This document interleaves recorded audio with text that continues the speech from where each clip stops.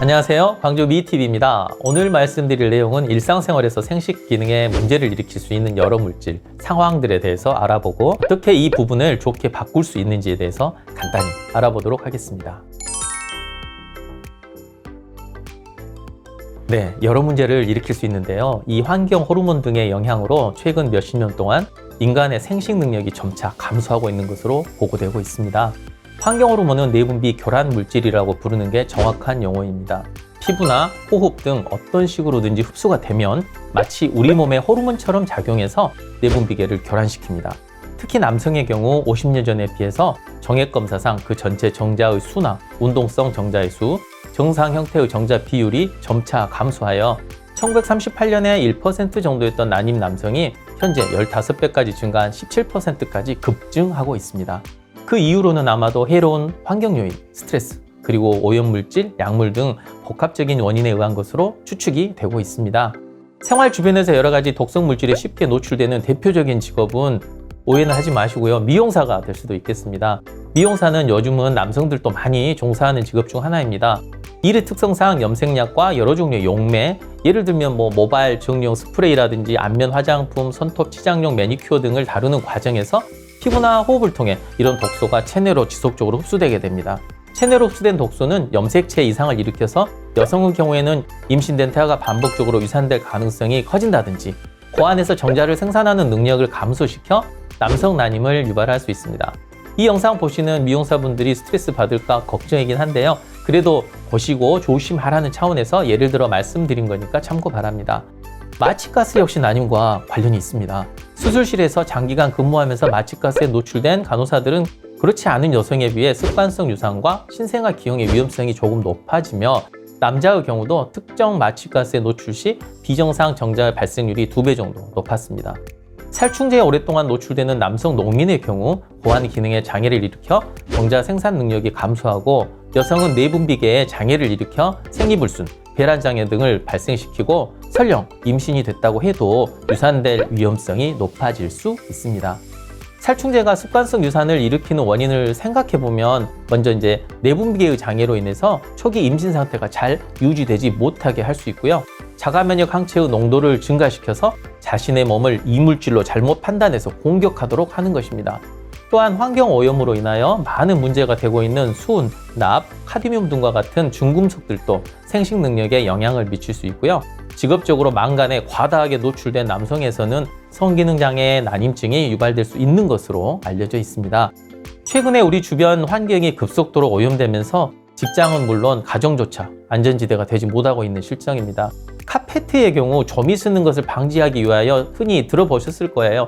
린덴이라는 방충제로 처리되는데 우리가 가정에서 옷, 특히 울로 된 옷을 보관하는 경우에도 조미 쓸지 않도록 소위 좀약이라고 하는 것을 흔히 사용합니다.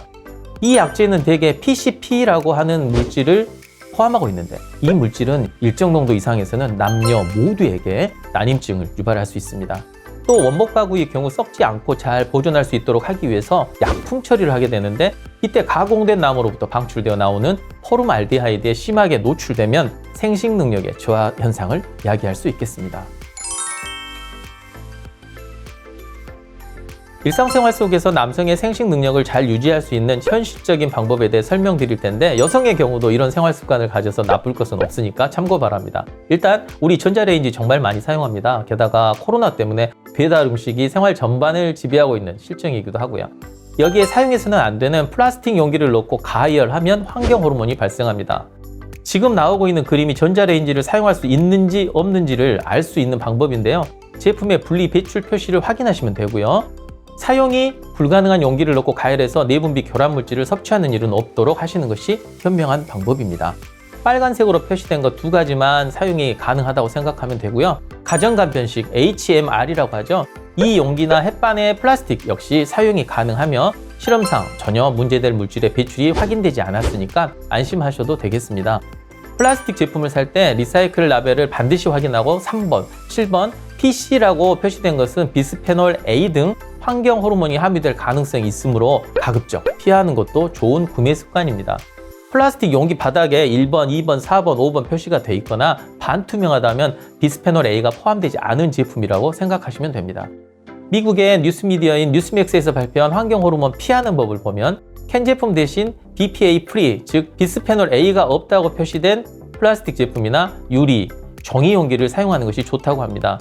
그리고 캔 제품을 구입했다면 사용 전에 충분히 헹구는 것이 중요하다고 하는데요. 캔 내 밀봉용 라이너의 색이 흰색이면 비스페놀 A를 함유할 가능성이 높고 황색, 붉은색, 구리색, 분홍색이라면 비스페놀 프리일 가능성이 높다고 하니 잘 기억해 놓으시길 바랍니다.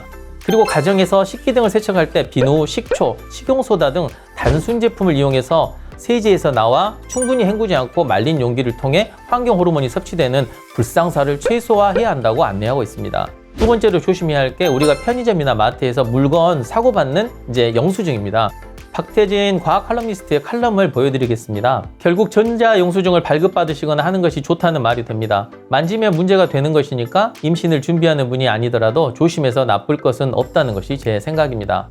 자, 그리고 식당에 가서 전골이나 찌개를 끓이면서 플라스틱 국자를 올려놓은 채로 놔두기도 하는데요. 이렇게 가열된 멜라민 수지로 만든 국자에서도 환경 호르몬이 배출됩니다. 절대 그런 종류의 국자를 가열하지 말도록 해야 할 것입니다.